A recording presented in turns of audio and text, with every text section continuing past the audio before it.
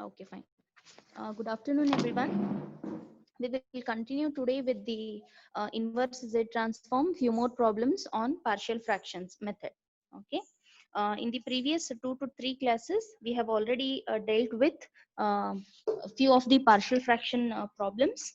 Today, in the previous class, I have even dealt with some peculiar problems on partial fractions where the denominator is a repeated root. Okay, I will take one more problem of such kind, which was dealt in the previous class, so that you will understand in a better way.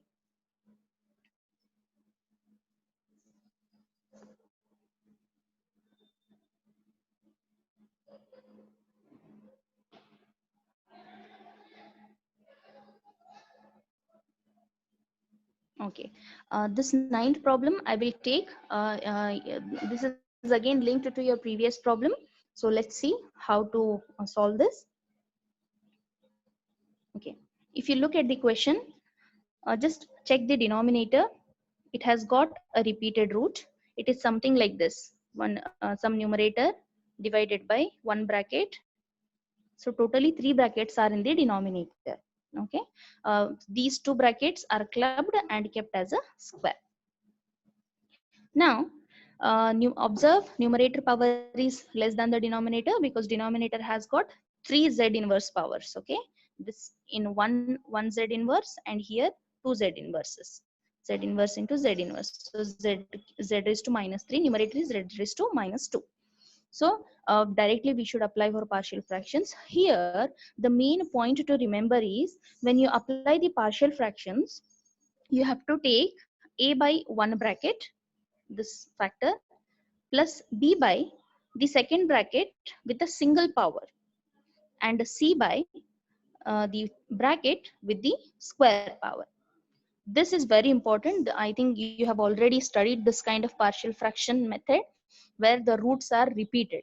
Under such case, we have to go for this kind of partial fraction expansion. Okay, continuing this, as usual, the routine method, the LHS, you should have only numerator. For that, just multiply on both sides by your denominator term, so that denominator gets cancelled with this at the LHS. You will be left with only numerator. And RHS part, a into, check this is your denominator. So out of this, these two gets cancelled. You will be left with only this term, plus b into, uh, you have this term. B has got single this power, so you have this multiplied. So one power will cancel with this, so you will be left with p into one bracket and one more with a single power. Then a c into, so this will get cancelled with this, c into, you will be left with 1 minus z inverse. Now just to calculate your a b c, three different unknowns are there here, single equation is there. So let's see. First, one observation you can make in this above equation is this factor is common to both a and b. So if you try to make this 0, both a and b will become 0. So let us try that. Put z inverse is equal to 3. If you substitute z inverse is equal to 3, a will become 0, b will become 0. So you'll be left with only c term, c into 1 minus 3. So just solve it, or put z inverse as a 3 on both LHS and RHS.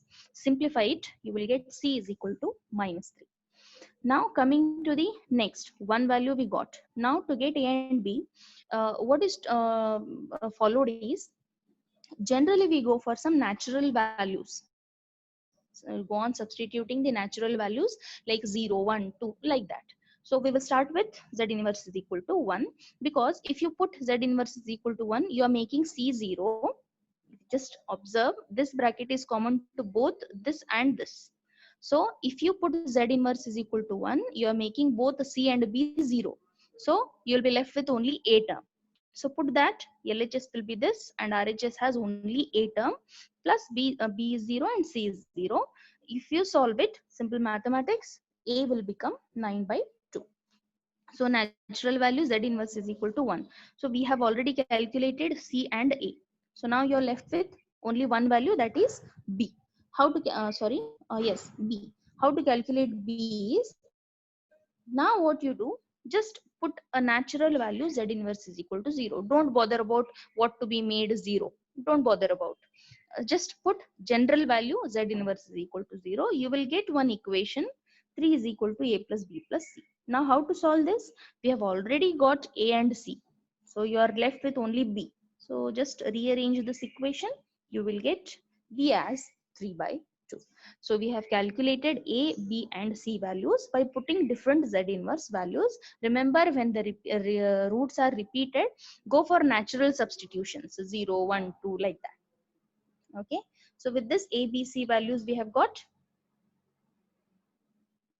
After this, important thing, substitute a, b, c. Now the given condition is ROC is greater. Greater means ROC is outside the circle. So if it is outside the circle, what do you mean by that? The sequence is a right-handed sequence. So you should multiply your sequence by u of n. So for that, if you just check the first term, 9 by 2, 1 by 1 minus alpha z inverse. Alpha is 1. So it is 9 by 2 into u of n. Similarly, check for the second term. It is 3 by 2 into 1 by 1 minus alpha z inverse. Alpha is 1 by 3. So substitute that. You will get 3 by 2 into 1 by 3 raised to n u of n. Now the important thing is the third bracket. Let us see how to get the inverse z transform for third bracket. Now, two important things to be noted here is, one is a time shifting property and one is this, n into alpha raised to n u of n. Its z inverse, its z transform is given by alpha z inverse divided by 1 minus alpha z inverse bracket square. So why we are interested in this is, the denominator has a square term. So even our third term has a square term. So just to make it equal, we can get input x of n. Now, so let us take your third term, 3 divided by 1 minus 1 by 3 z inverse whole square. If you just compare this and this, okay, what is alpha? Alpha will be 1 by 3. But if you observe the numerator, you don't have 1 by 3 there. So what I will do, I will multiply and divide by 1 by 3. 3 is kept as it is, okay? 3 is kept as it is. I will multiply and divide by 1 by 3. Now, if you compare, here you have in the formula z inverse in the numerator, but we don't have any z inverse term. So what I will do, I will simply multiply with z raised to minus 1 and z raised to plus 1. Okay, then I will club all these things at one place, and this 3 divided by 1 by 3 will become 9, and z inverse I will take it here. Sorry, not z inverse, actually I have made it wrong. This should be actually z raised to plus 1. Okay, that is wrong, please correct it. It is z raised to plus 1, and minus 1 I have clubbed it here. Now if you apply the inverse according to this formula, this will be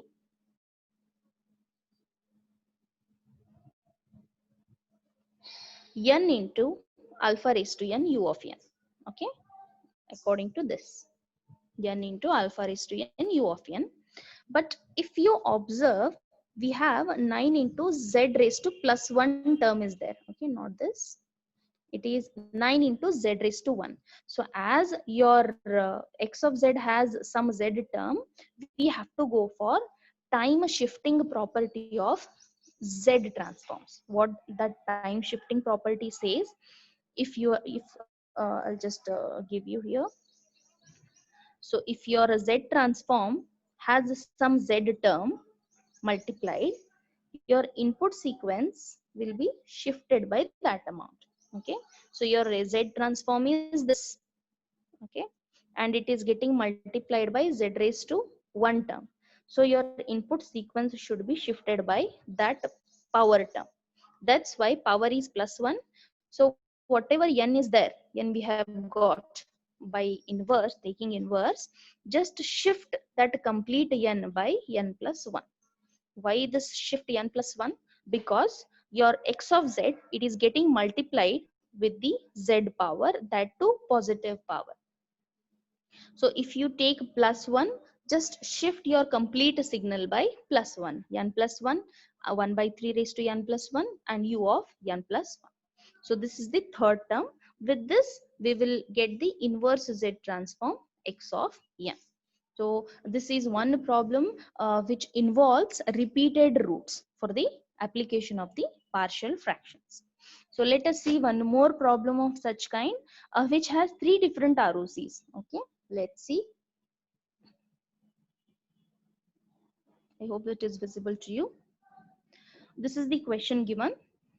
If you observe, denominator has a square term, so repeated roots. Before that, one more observation you make. Numerator has all negative powers, denominator has positive powers. We are familiar with negative powers. So what we will do, we will convert this z, x of z given in terms of negative powers. How? Just take denominator z common, so that we will get all negative powers inside. So if you take z common here, this is x plus, sorry,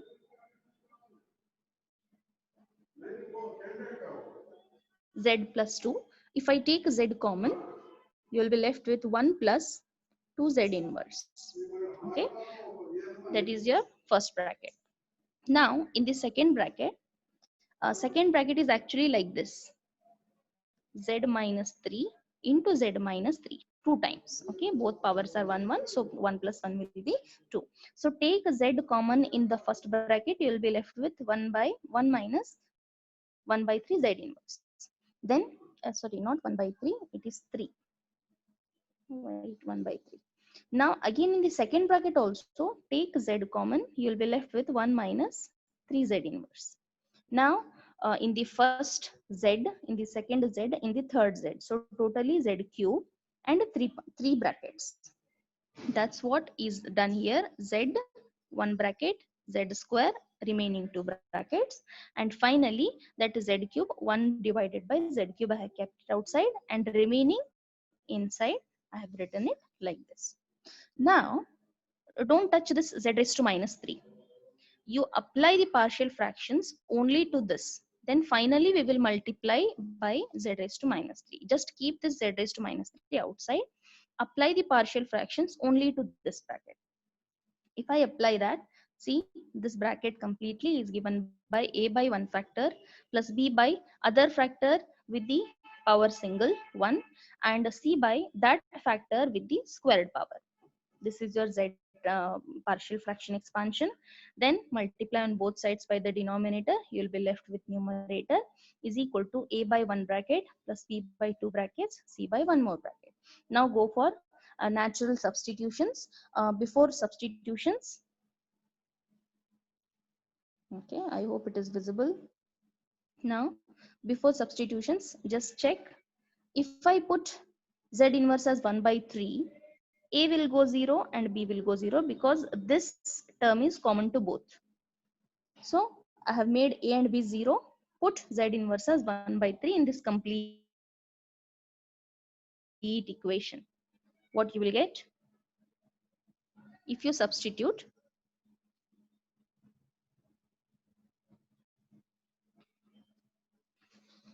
you will get c as 2. Now in the next time, what you do, substitute z inverse as minus 1 by 2. What will happen if I substitute minus 1 by 2?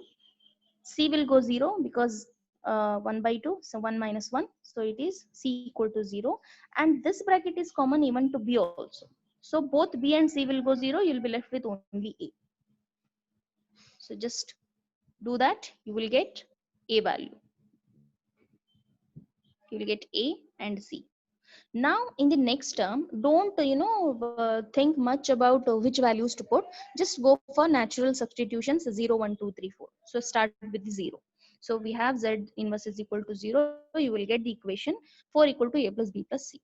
Already we have calculated c and a values. Substitute c and a, you will get b as 1. So after substitution,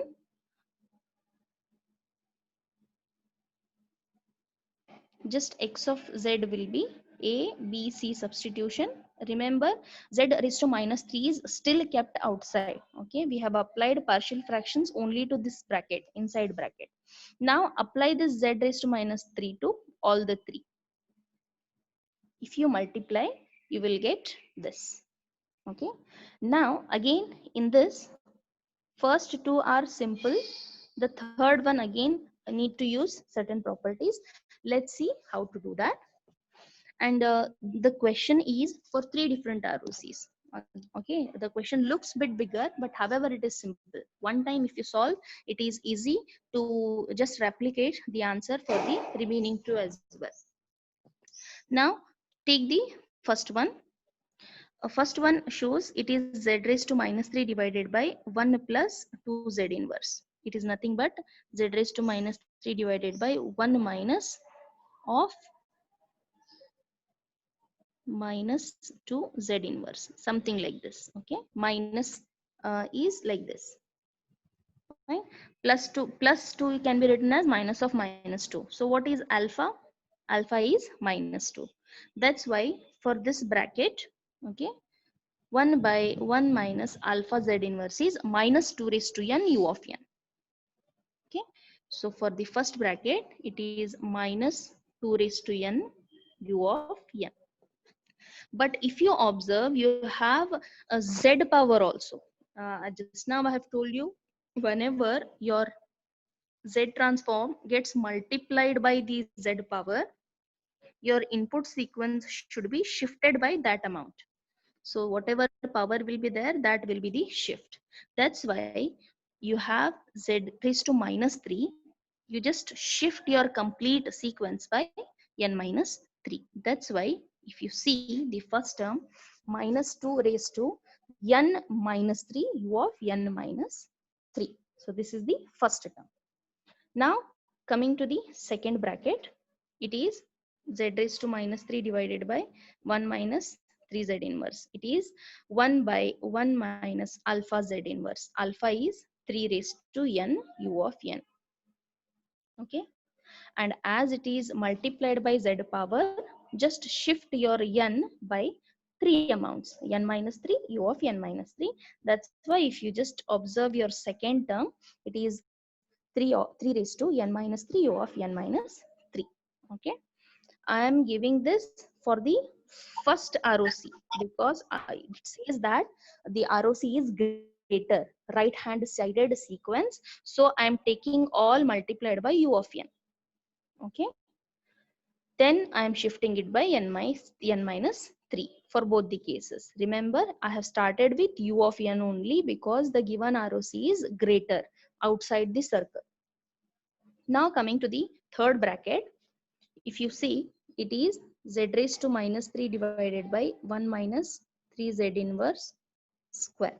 Okay, if you observe, uh, you have the formula n into alpha raised to n u of n. This is given by alpha z inverse divided by 1 minus alpha z inverse whole square. Okay, square term is there already.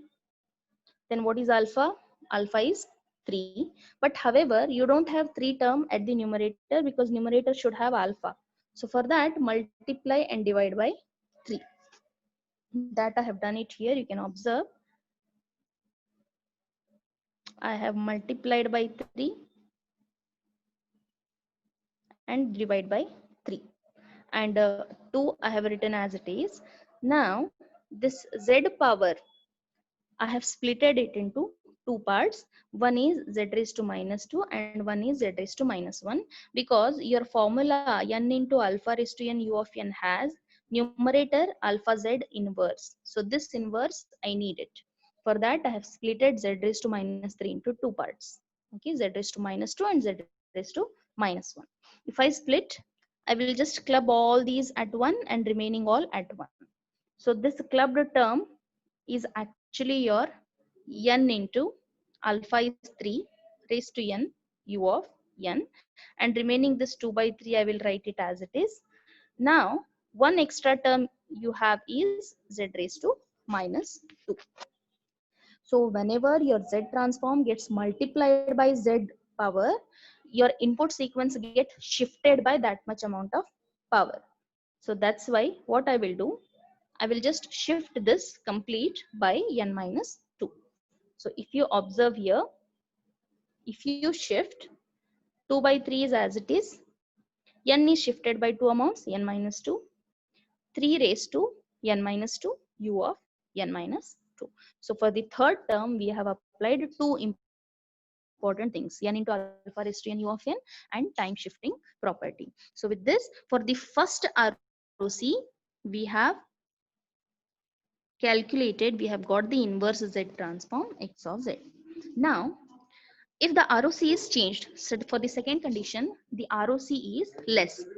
So if it is less, we have to go for minus u minus n minus 1. Remember this. For the first case, we have taken u of n as the reference, but for the second case, we should go for minus u minus n minus 1. So what needs to be changed? Already we have got the answer. Keep this as a reference. What you do, for the first, you take minus, okay, because we need to use this as a reference. For that, minus sign is there, so take minus, then minus 2 raised to n minus 3 as it is.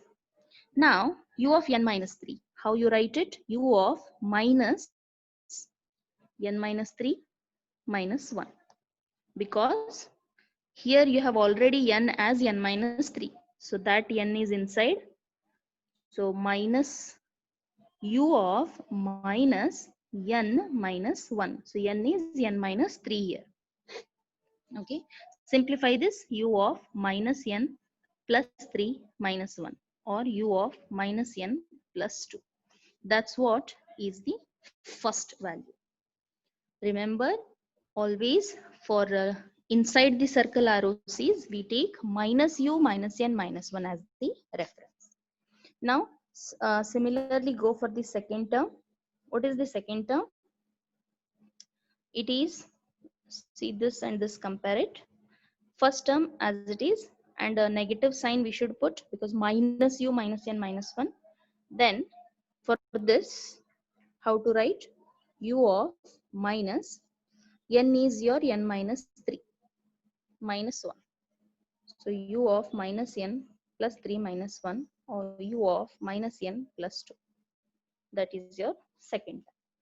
Now for the third term, just take the third term. 2 by 3 as it is, so plus sign will get converted to minus. Okay, then n minus 2 as it is, 3 raised to n minus 2 as it is. Now u, how you will write? U of minus, your inside bracket is n minus 2, so put that as it is, minus 1. This is u of minus n minus 1. Okay, u of minus n minus 1. So n is your n minus 2. So simplify it, u of minus n plus 2 minus 1, or u of minus n plus 1. Yes. So if you just check it, it is u of minus n plus 1. So getting this first term is important, taking the reference of u of n. For second, just replace it by minus u minus n minus 1. That's it. Now, if you just check the third ROC, it is in between 2 and 3, greater than 2, less than 3. So for greater than 2 part, this half, use this ROC. For less than 3, use this ROC. So just combine both the answers. Now how to combine? Let us see. Greater than 2 means alpha is 2. So in your equation, first equation, consider this ROC. Here, wherever alpha is 2, take that, pick that and put it as it is. N minus 2 is n minus 2, u of n minus 3. Sorry, n minus 3, u of n minus 3. So first term will be that, the greater part of the ROC with alpha equal to 2. Okay. Now for the ROC lesser, For ROC lesser value, alpha is 3. So consider the lesser value. Don't check these, okay, 2 and 3. Forget about that. I'm just consider greater or less. Now we are considering the lesser part. So consider this ROC for lesser part. Then what is alpha here? Alpha is 3. So whichever has 3, take those two and write it as it is.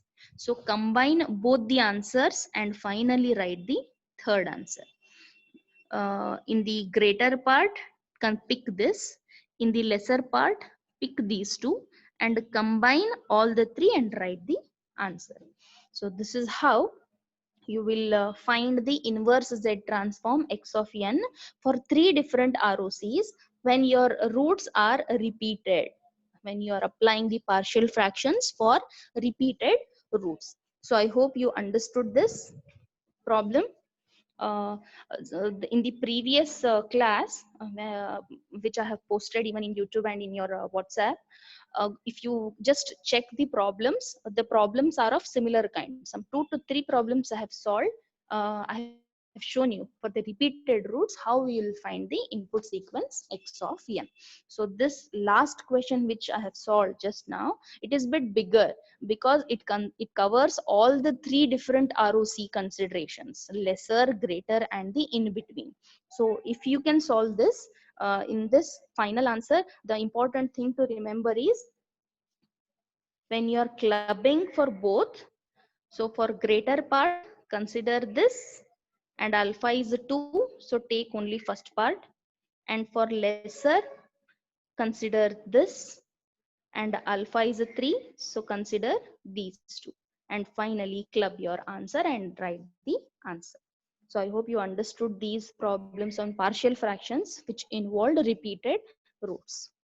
So with this, we have completed inverse Z transform by partial fraction method.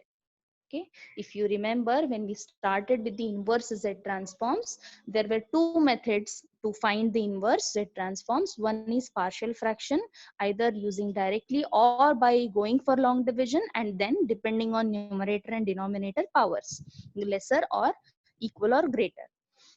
And now the second method is power series expansion method. So I hope till this, the partial fraction expansion method is clear to you. Please try to solve these by yourself on paper.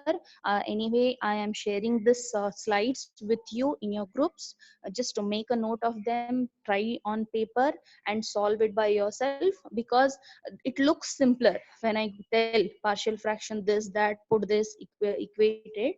Uh, it looks simpler, but however when you actually solve it on paper, you will feel it bit difficult. Okay, you will get some errors, you will find it difficulty, so you will come to know where you are falling, lagging. So please try on paper solving these problems. So in the next class, we will go for power series expansion method, that is the second method to find the inverse Z transforms.